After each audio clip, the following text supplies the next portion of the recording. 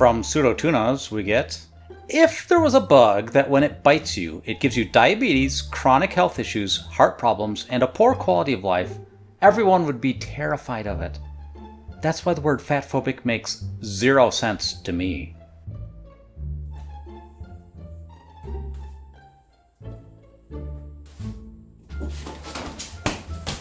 CVA Theppa brings us, I cannot stress how much we need a fat Disney princess. We need it now. Shut up, we effing do. But alcoholics never demanded an alcoholic Disney princess. Unless you think about... To never have another drink. You're drinking right now. Where did that come from? TA6795LA brings us, HAES providers, POC don't need science to finally validate what most have already known about intuitive eating. Our ancestors ate intuitively. Red Lamp 67 replied, one of my ancestors died of scurvy at age 11 in 1922. Forgive me if I don't model my dietary habits after his. Obsidian Novamist brings us, I wonder if 100 years from now we'll look back and view dieting and diet culture the same way we now view archaic medical practices like bloodletting. I hope so. Luthi Heidi replied, I mean, if by then we all starve because climate change has completely ruined food production, starving humans might find diet culture a bit difficult to understand. Though I doubt they'd have time to think about it, being a bit busy trying to survive. Playsome Skinnerd brings us, silly, using carbonated water to curb your appetite and keep your calories low. Smart! Eating a donut. You know you're more likely to binge if you don't satisfy your cravings. Badolge replied, never once in my life have I eaten a single donut and then felt my cravings satisfied. Indeed, eating a single donut increases my cravings. Whereas I could go a whole day of healthy eating and not feel like I'm missing out. But if I were offered all-you-can-eat donuts, a previous employer used to set up big racks of donuts in the break room, just one would never be enough.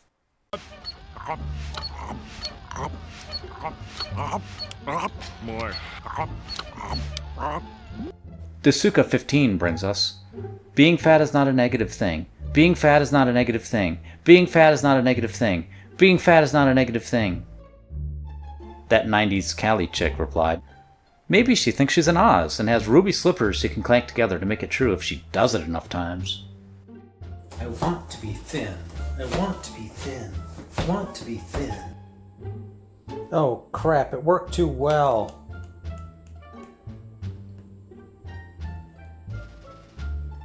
Angel in the Pit posted a conversation she had with a fat activist.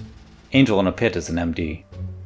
The conversation's already in progress. The fat activist writes, okay, I'm a board-certified medical doctor. That's your call. Obese is unhealthy. It's also often a secondary sign to mental health issues as well. I'm not interested in discussing this further. I'm comfortable with my position.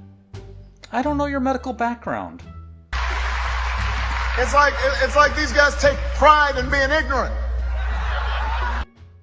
J. Anthony brings us a little bit of inspiration. Self-love has very little to do with loving how we look. It's more about accepting who we are and allowing ourselves to grow into who we need to become for the better. Spiritually, physically, and mentally.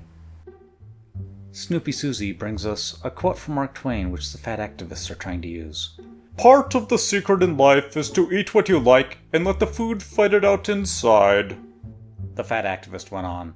Although I don't like when my food fights it out inside, I love this quote. As an anti-diet weight coach, I strongly believe that we should eat in tune with our body's hunger and fullness signals and listen to our bodies to see what they need. Then eat that. Your body knows what you need, and unlike your brain, it doesn't lie to you. You can trust your body. I promise. Wrong. Geologian replied, who's going to tell her that Twain was a humorist and that line was his fancy version of a fart joke? Not Original brings us, despite what countless weight loss maxims and diet advertisements touting success stories would have you believe, we simply do not know how to make fat people thin in the long term through diet and exercise alone. We don't know what the answer is, but we know it's not this. Boxcat replied, is it not because of views like this that the National Weight Loss Registry do their thing? Someone should link them to this person. As far as I know, the thousands of people there moved more and ate less.